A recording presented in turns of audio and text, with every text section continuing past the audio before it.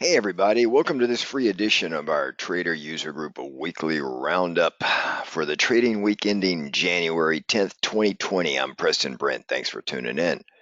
This week's theme is it's a Timex market. More on that in a second. We've seen the Dow this past week break 29,000. It finished up a little bit. S&P was in the green just a little bit. NASDAQ was in the green. Russell was the only index was just slightly in the red for the week. VIX came in a little bit from 1402 to close this week at 12.56. So it was down about 10% for the week. In the world markets, we saw the FTSE and the CAC 40 down just a little bit. The DAX, the German markets were up a little. Nikkei, China, Hang Seng, the Asian markets were up this week. And the best performing sector for the week was technology. It was on fire. Worst performing sector was the materials. I'm seeing right now the current trailing PE ratio for the S&P is at a little bit over 25. The forward PE is a little bit over 19.6. So the forward PE multiple is about 23% lower than the trailing 12-month PE multiple. We're seeing the annual dividend yield still around 1.8. And the 10-year interest rate sitting around a little over 1.8. So it forces money into the markets, guys. I've been saying this for quite some time now.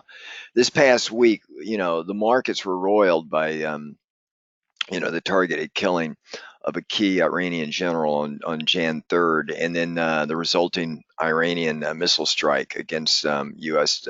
Locations in Iraq. Didn't really stop the markets from making new all-time highs. I think when there was kind of a stand down after both sides stood down after they did what they did in a tit-for-tat kind of thing, markets continue to make all-time highs as we rolled into Friday, and then of course Friday we closed down just a little bit. But the current PE ratio, as I said, around 19.65 is around the highest it's been in that zone for over the past 40 years. The other thing that's helping channel money into the markets, we got a yield gap. If you take a look at the S&P Earnings Yield, which is essentially the opposite of the PE ratio, you take earnings over price, just flip the PE ratio around, and then you measure that as a benchmark against the 10-year Treasury.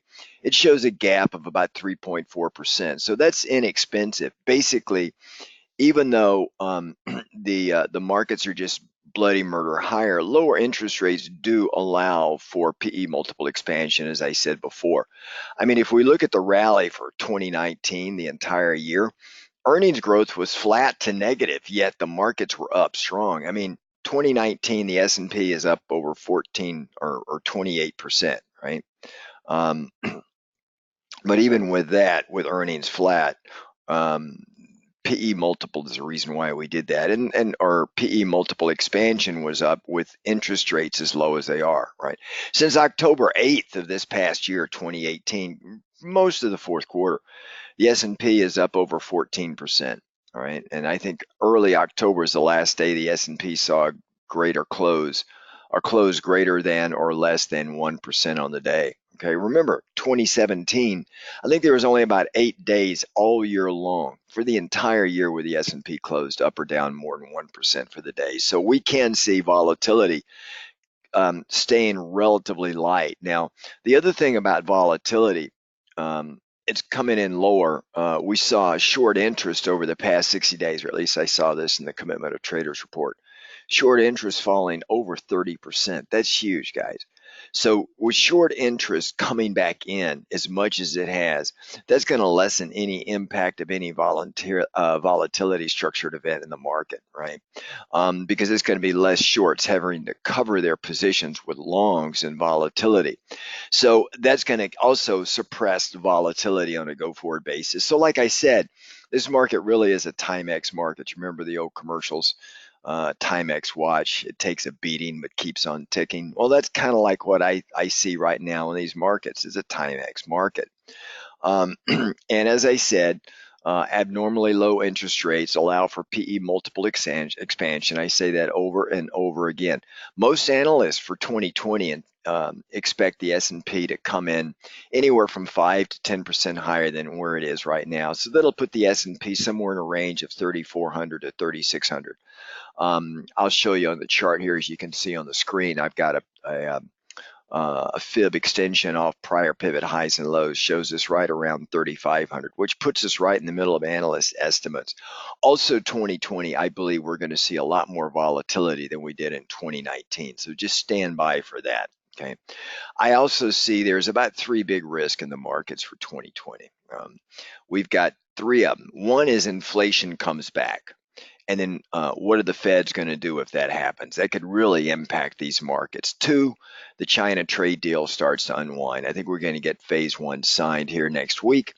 In the Oval Office, Trump will make a big to-do about that news conference and all the great things, and then they're going to travel to China and start on phase two of the trade deal. But the third thing that I think can really unravel the markets or not is the presidential election in November of this year here. That is going to be huge. And it's a big binary choice among voters between the Republican agenda and the Democratic agenda. Whichever one wins, the markets are going to be fundamentally changed. I think the risk of a bigger downside move, and if you look at Goldman and most of the other analysts, they would agree. If you get an Elizabeth Warren or Bernie Sanders in there, they're projecting a pretty big market move lower. But keep in mind, whoever gets in there, it's very hard for just one woman or one man to affect the markets like that. There'll be more sentiment effect than there will be an actual effect on policy changes just because of the nature of the makeup of the Congress and the U.S. Senate. Be very difficult to get a lot of things through, but you can do a lot of things with executive action. Either way, our members, if you guys remember back in 2016 during the Trump Hillary Clinton debacle, we were up at 2 in the morning trading the markets and going long like a banshee once Trump won. Turned out to be a really great move for us. So not really counting any geopolitical event such as a war or other unknown scenario. Those are the three risks that I see really driving the market this year. We're seeing it's also kind of a two-speed economy. We got the consumer, which is very strong, had huge spending in Q4 into the holiday season. And then we got the manufacturing base here, which is now only about 12% of the US GDP. Globally, manufacturing is in a tailspin. It hadn't been at this low in 10 years. Okay, it's been below 50. In fact, over in Europe, it's even worse. The services sector in the U.S. is holding up well above 50, and I can see that expanding in 2020. Okay, the one thing that we're seeing though holding in check is inflation.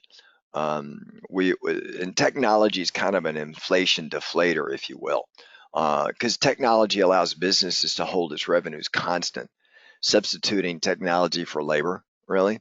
So it's kind of a capital light model or a capital like structure for a lot of corporations, and they just deploy technology where it makes sense. And that does tend to keep inflation in check, especially given the current 3.5% unemployment rate. And then one other final point, we'll go take a look at the chart you see on the screen right now, is the top 5 stocks: Apple, Microsoft, Google, Amazon, and Facebook. They account for almost 17% of the total S&P weighting. Really, so in a sense, these heavily weighted tech stocks are kind of driving the S&P bus right now. It's really amazing. The markets are really heavily skewed.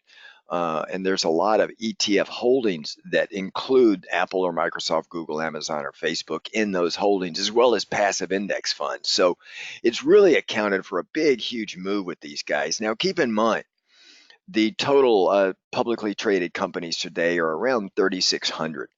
But back in 1980, there were over 11,500 publicly traded companies. So a lot of them have merged, a lot of them have gone out of business. But we're just seeing that number dramatically reduced. So that tends to increase capital weighting of those companies that are very successful. And right now, these tech companies are just driving the buzz. So that's what we're seeing. But I'd be very careful. I'll show you the stock of Apple here in a minute. I'm expecting a pullback in that one. But if we look at the Ichimoku of the E-mini futures, you can see the green cloud underneath. It's moving up higher, so it does suggest we've still got some more upside. You can see the fib nodes that I've got on here. If I put it on a weekly chart and just spread it out, you can see here on this weekly chart, we are definitely in an overbought scenario. It's rare to see a weekly get overbought. Okay, now we made it the last time we had a true FOMO move back here, leading up from Q4, leading up to the end of January in 2018. At this level here is when we had one of the largest amount of short positions in volatility, or VIX. And when the markets when the markets fell over at that post high here, the end of January, it forced those shorts to cover, and it drove one of the largest pops in volatility history in the shortest period of time. It was really amazing.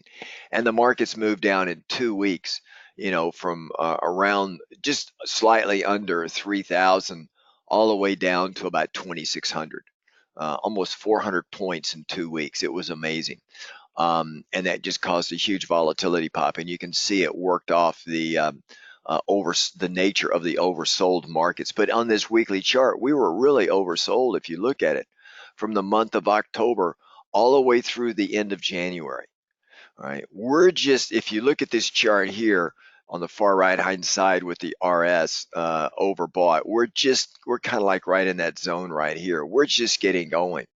So that's not to say that we can't fall from here, but we're not really anywhere near the dramatic degree that we were right here in a FOMO market. I think we can get there, but we want to be very careful in playing our long positions here. All right, not that we don't want to not play our longs, we do, because there's just great opportunity here. How can you not take advantage of this? Um, so we could have this scenario run for quite some time, believe it or not. If you look at the fib extensions, you can see here my extension and where I think the markets can go by the end of the year.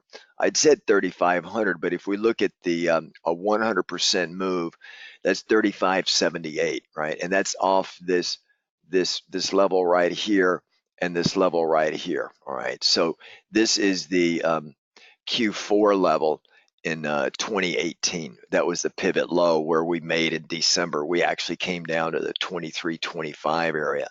And then the prior pivot high before we hit that low is right there. So if you measure this measuring objective, that puts us up at that level right there, which I could see us doing. Okay. And then the dynamics of the market are going to change. And that takes us into 2021, 2022. But for now, we've had a good little bit of run. We're still in an overbought scenario, so we need to be very careful in the markets. Now, if I take it down to a daily chart, you can see here on a daily chart, we had a signal to get long about the second and a half week, about the mid-February level, and we've been playing this move, and we've just been running up. You can see where the markets kind of pause at these fib nodes. I mean, we paused here, and it took us about a month to get over this 32.64 level, and we made a false breakout through here. Now we're pulling back. We'll probably make another attempt at this level. Typically, when you hit a run at a key level like this level right here, you come up, you may overshoot, you may come down, test, come down, and then come back up again like that, and then boom, away you go, and then you start another run here. So you can kind of just say, here's the channel, and if we break out, that would be a run. Now, we haven't really started it yet. All we've done is we've come back and we've tested the key level that we broke out from on Friday. So, but we did manage to make new all-time highs here in the S&P at 32.87. So that did not go unnoticed. So it's very difficult for markets that are making new all-time highs every week to just have a huge pullback in the market. A little bit of a dip could be normal, but a large pullback, no. You can also see in this daily chart, we work off the oversold nature, the overbought nature of the RSI, where every time we get up in these areas right here, we have a little bit of a pullback. It can be a lot or it can be a little. This was the last time we had 3 days in a row of a pullback. That was in early December of 2019. Since then, the most that we've had is 2 red candles together. Outside of that, we haven't had 3 days in a row going all the way back to the end of the summer of 2019. All right. 3 days in a row, the market's going down. If you look on the screen, you can't find 3 red candles in a row. The only place you can find them is right here, okay, as we kicked off Dece, and now right in this area here. So I would not be surprised to see a little bit of a pullback. You can see this S1 zone, which is the cloud. It's a support zone, a large one, and it's got that upward trajectory in it. So as we move forward in time, it's suggesting you tighten your stops because we could have some kind of move lower to come back and test maybe that fib node right there, or this fib node right here, right, which is that one sitting roughly right at 3100. That one is 3189, so let's call it 3190. So that would roughly the 3200 level and the 3100 level. All right, so we just need to be very, very careful here, but we still want to play the bullish markets. All right, now for you members, tomorrow evening in our weekly market watch, I'll go through a little bit details on some of the stocks that we're playing, some of the moves that we're making, and some of the ways we're leveraging the option chain and the option markets to play some of these moves. Okay, but that's kind of what I'm seeing right now. Now let's take it down even closer. Let's go to the 240 minute, which is as close to a day time frame as you can get, but it's more sensitive, a lot more sensitive. And you can see here that we blew through. We had this initial test of this key fib node right here, right? And we failed. And then right here, we sat here for about 6 240-minute bars. So that's about 4 days, 3.5, 4 trading days, travel days. So, and then we finally broke out, and then we came right back and we're sitting on it again. So where we go from here will be key. Notice we changed over red right here. That suggests that we can come back down and find some support here, but it's very thin support. If we hold here, going out to this time frame right here, then it suggests we're going to go back, and if it can hold, it suggests we can move back higher. The RSI is still over 50 right here, but not by much. Okay, but we did work some of this overbought nature of the markets off back over in this time frame right here. So this suggests right now that the odds do favor a little bit more of a pullback, maybe a continuation of how we closed the markets on Friday, where the markets were moving lower. Okay, and then that kind of just sets the stage for a really interesting week. Now, this coming week, we got a lot of stuff coming up. I mean, we've got the big earnings are kicking off. Q4 earnings are kicking off Tuesday and Wednesday. Tuesday, we got Citi, JP Morgan, and Wells Fargo. And then Wednesday, we got Bank of America, Goldman Sachs, PNC, UBS. So we get some big banks coming out on Tuesday and Wednesday, and that's going to kind of set the tone for the markets. They always do. Used to be Alcoa, now it's the bank stocks. So, and these are money center banks, big banks, and we'll see kind of where this thing really sets itself off and how these things will play themselves through the markets. Okay. Now I'm just going to switch the screen here, and I want to take you over.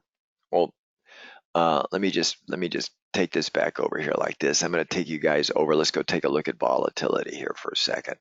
So let me just move you off of the Ichimoku right here, and let's go take a look at vol.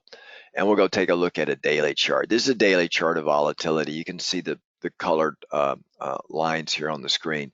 If I put it on a weekly chart and just kind of step it out just a little bit, and let's raise that up like that. You can see here that we're still in zone one. I mean, we got into zone two. Zone one is VIX below 15. Zone two is from 15 to about 22. So, and the reason why I color these, it makes it very simple visually to just understand the different option strategies you may want to deploy depending on which zone you're in. Okay, different strategies mean different things. But you can see here that, if I were to draw a line on this, let me just get this pen here like this. So you can see that we've kind of been a steady state right here like this, and then we've got that kind of thing setting up like this. Okay, and it just kind of goes like that. So in this particular scenario, the odds favor a break to the upside. Technical patterns don't work as well on volatility as they do on asset-based securities when you're charting them, but it does give you a clue, and we're in the green, and it's going to be very difficult given the horizon that we're in this year to see vol go much lower than where we are here. Okay, this was a low set way back when, 8.60, and back in the 2017 and Q4 of 2017, you can see all these touches down here. And then all of a sudden when we went into 2018, right up here, you can see we just shifted higher. Okay, and then 2019, we've kind of used this base right here, which is around a little bit above 12 as the base. So I don't think we're going to shift lower than this area here. So the entire vol curve just shifted up a little bit as far as a little bit of volatility in the market. Okay, you can also see the MACD has moved up just a little bit, so that does suggest this thing wants to push a little bit higher. But as I said, 30% of the total outstanding shorts in the volatility futures have been closed. And that close tends to raise volatility during the closing process. But now that they're out, if we have a volatility spike, there's going to be less need to buy volatility by those positions that have closed. So it's going to prevent a lot of big spikes. Okay. This one right here, let me just back out. Let me take my drawing off the screen and I'll show you just the huge spike in volatility that we had in February of 2018. I mean, you can see this right here. It literally came up here like this overnight hours. It was up over 50. And in this is the weekly chart. In 3 weeks, the VIX moved from 1049 to a close of almost 51, right? In 3 weeks, just huge, huge. In 2 weeks, it moved from a low of 1188 to 51. 2 weeks, guys. That is a huge volatility shock. In fact, one of the ETFs that trades volatility, XIV, is no longer trading. It went out because of that. Just totally, they had to completely recalibrate everything. So that's a little bit about what I'm seeing in vol right now. It's down, it's lower. It's going to be a little bit more elevated than it was in 2019. But I don't see a shock like we saw in January of 2018. I just don't see that. Okay, remember January 18, we finished the year 6% underwater for the entire year due to the fourth quarter. Now, the other thing I wanted to show you guys is if we take a look at the bond market, okay, we're still in this downward trend. I had our members get short bonds or TLT back over here in August, and we're still just moving lower and lower. Every time we get to the upper boundary of this regression channel, I've suggested selling or shorting bonds. I think it's going to slowly come down until this shaded zone down here between 152 and 154 on the bond market. It's at 157 and 22 ticks right now. Okay. And then we could probably get a little bit of a slowdown in this move lower. But that's kind of what I'm seeing in the bond market. So for folks that have taken our trade, for our members, we've had a nice play in this thing. All right. And there are a number of different ways to play interest rates, but this was the way that we chose. And I chose for our group, and we just did fairly well in this one. Okay. And then again, if we look at the interest rates, it's of course just the opposite. It's been moving higher. Now we're on the bottom boundary of rates. Some analysts are saying rates are going to go lower. Some analysts are saying rates are going to go higher. It's a coin toss right now. If inflation ever comes back in the fold, we're going to see interest rates, especially on the long end of the duration curve, that'd be 20 and 30-year bonds, moving up pretty good bit. Okay, so that's kind of what I'm seeing here in the debt market. Now, if we come over and look at currencies, let's look at the U.S. dollar. All right, the US dollar has really, it's started to roll over. We've been, for the entire year of 2019, we've been in this regression channel. Every time we've been at the top, it's been a time to sell or take profits. At the bottom, it's been a time to buy. You can see here we're at the bottom, we moved in, we moved out, and now we're just barely hanging on. I think the odds favor the dollar to sell off, and that's going to push the euro higher. So the euro is just the opposite. You can see we've been in a downtrend here. I think the euro is going to hold up right here, probably no lower than 111 to the dollar, and then it's going to move back up again. Okay, so I'm just seeing that. And the British pound, they're going to vote their way out of the Brexit, and you can see here this British pound just is trailing the bottom end of this channel. I do believe it's going to go higher. I'd call the pound to go up to 134. It actually went up to 135 right here. So we were traded, for those of you that follow, we were trading the pound to the downside for most of 2019, right? And then as we got through the summer going into the fall of last year, it started to turn with Boris Johnson and what they're doing over there with the Brexit. So I think it's still got a ways to go to get back to parity before the Brexit vote, which I think eventually it's going to get there over 1.5. So I just see some really interesting moves in that. There are a couple of other currencies we're watching that I've thrown some buys out there for, or at least one that I like. Members, we'll go through that again um, in our session this Sunday evening. Gold. Let's look at gold. Gold finished Friday up. You can see here we actually made, now it says 2019, but actually what it is 2020. I haven't had a chance to set it up. My target was sitting right around 1640. All right. It moved up to 1613. You know, and you guys may recognize it just really blew through. I was expecting a little bit of a cup and handle kind of thing. I was expecting a little bit of this, but we could get an extension where it comes up here and then comes down. So the handle is a lot higher than right here. Typically the handle is just slightly below, you know, where you start the edge of the cup on the southern side of the cup. But now we're coming in here and I think we're going to kind of round out and then we're going to move back up here, test this and then run into some issues. But I don't see any divergences down here, so I think we're still good to go in the gold market. And then wherever gold goes, silver follows. Silver has a better industrial bent to it, so I think silver is going to play well too. Our trade has been in silver more than anything else, but notice silver has not moved up like gold has. So silver has outperformed gold on this second move up here. If you guys remember, especially you guys follow me in my weekly roundup, this is where we went long silver right down in this area here. And then we just had a great move, a great run right here. And all this is just some profit taking. But I would expect silver to move up and complete an Elliott Wave 5 pattern here. If we look at this, let me just put this on here like this, and I'm just going to move it out. You can see I've got a call on silver sitting around 21. Okay. Now that can run out to March or April of this year, but if we get any bit of a pullback, I would see that being a nice little opportunity there. So we're going to stay in our silver trade. We've been in it for a while. We got nice profits, but I want to see it run up a little bit more. All right. So and then of course Palladium, well, it's on fire. We're watching this one too. We've made some great trades in Palladium. You can see it actually went up to 21.27. I mean, that's huge. There is absolutely no divergence in this. So any pullback is going to be another dip.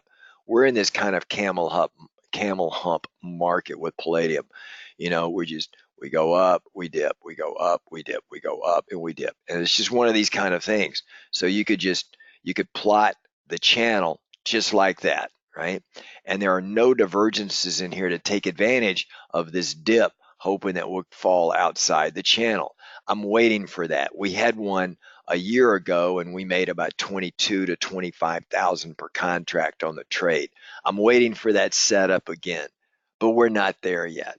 The thing that makes Palladium a little bit more difficult is that there are no options to trade, so you can't hedge futures positions. It's a little bit more difficult to play. But if you got a larger account, this is certainly an arena that you want to take a look at. If we look at the oil markets, it's come back into the 50s again. You can see it got a little bit over exuberant right here. Okay, way over exuberant. In fact, it went higher during this the Iranian rocket launch into Iraq than the rocket launch into the Saudi Arabian oil refineries. So a direct hit on the Saudi Arabian oil refineries, you'd expect oil to move a lot higher. Remember, this is WTI. It didn't, and the reason why is we're oil independent right now. We don't necessarily need them. We can pump our own oil because we're exporting so much of it. If this had happened without the shale and the fracking revolution and the technology evolution of extracting oil from deep inside the earth, I can imagine oil would probably be sitting at about 95 right now. Right, there's still a risk premium in oil, but not like it was before. We're still in this upward move here, but I think it's going to come back just a little bit more here. All right. Now, nat gas, I want to take advantage of this move back down here again. We're right back down where we started over here. Remember, when we were over here, we were doing bull put spreads. All right, so we were taking options in the natural gas market, and we were putting on these credit spreads. You could do call debit spreads if you want. You could do a bull call spread or a bull put spread, either one of them. But either way, I think this is a good move. The risk of a lower move here in nat gas is less. They've already factored in warmer weather. I mean, heck, DC today, it's Saturday or Sunday, it's like 65 or 70 degrees. Up north in New England, the weather's fairly warm too. So all it takes is one cold weather forecast and away we go. So the odds favor bull put spreads or bull call spreads in nat gas again. So we'll take a look at that this week for our members and just take a look at some setups. So that's kind of what I'm seeing here. There's some opportunities in ag, one in softs, and I wanted to show you here also, if we take a look at Apple. Um, Apple is one of those stocks that's just been on a tear. Let's look at this weekly chart here, guys. Um, it's a rocket ship. All right. It's just a rocket ship. I mean, if you take a look going back to the summer months, I mean, in the summer, Apple was down around 173. All right, it closed the week at 310, just through the roof. No divergences here. That suggests any pullback is going to be bought. And I do see a pullback coming. Keep in mind, we got key earnings. Apple's coming out in a couple of weeks towards the end of January. So it's going to have a near perfect earnings report to continue that upward track. I think what's happening is the markets are going to be pushed up into earnings, and then they're going to sell after earnings come out. So there may be a little bit more oomph in the tank, but not much. We've been long Apple. I've been long Apple and Google and Amazon, and these things have just been running. And here's one that we're going to play probably next week is Tesla. Speaking of stocks that are on the run, take a look at Tesla. This is a weekly chart here. Again, going back to the summer months. You know, in the summer months, Tesla was down around $1.80, $1.75. I closed the week at 478. I think it's gotten a bit ahead of itself as well. So there's going to be some good counter trend plays on both of these stocks, both Apple and Tesla. The charts indicate that any pullback is probably going to be bought. You're going to have the late players, the late ones to the dance to come out and want to buy. But I do believe that there's going to be some opportunities in these guys to really make a play. There are other stocks that we're looking at. Members, I'll talk to you guys this Sunday evening. Otherwise, everyone have a great weekend. If you're not in our group, highly encourage you to come in. We're having fun. 2020 is going to be a little bit trickier than 2019. It's not going to be just a set and forget kind of market. There's going to be some twists and turns, I believe.